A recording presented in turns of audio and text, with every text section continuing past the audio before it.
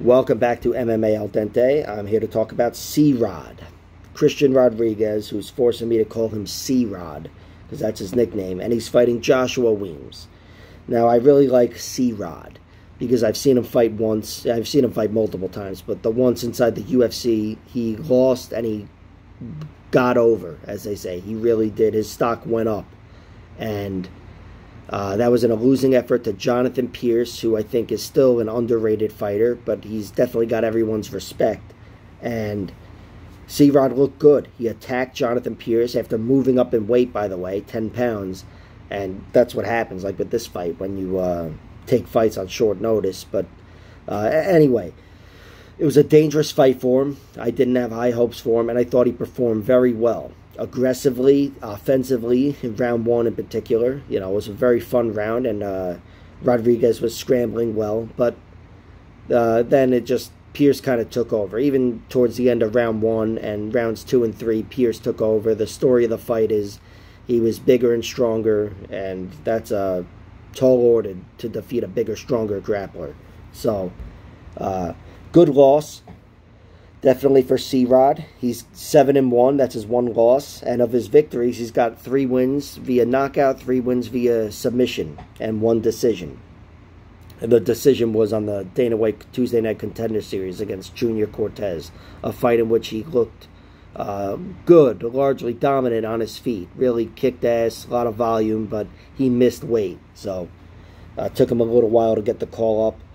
And here he is fighting Joshua Weems, who's 11-2, and he's a submission artist. He's got 1 TKO victory, which I think is ground and pound, 8 submissions and 2 decisions. And his 2 losses come via knockout, both of them. Of course, they're to Fernie Garcia and a guy, Chris Alcon. 2 decent fighters. Fernie's in the UFC, but Fernie Garcia, that's his only finish via strikes out of a dozen victories or whatever he's got. So doesn't bode well for Joshua Weems' ability to take shots, especially because the way he went down there, just, I don't know, it seemed like he was overwhelmed, but he wasn't unconscious. And CeeRod has the power and the volume, I want to say, to take Weems out with striking.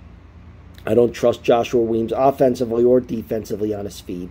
Mainly, his submission game is what gets him his victories, and they get him victories in all the rounds. He's definitely a threat late. It's just, I wonder about him getting submissions late in this one because he's taking the fight on such short notice. So that's something to consider. But still, his last 2 victories have come via 3rd round submission, and he's got 6 other submission victories.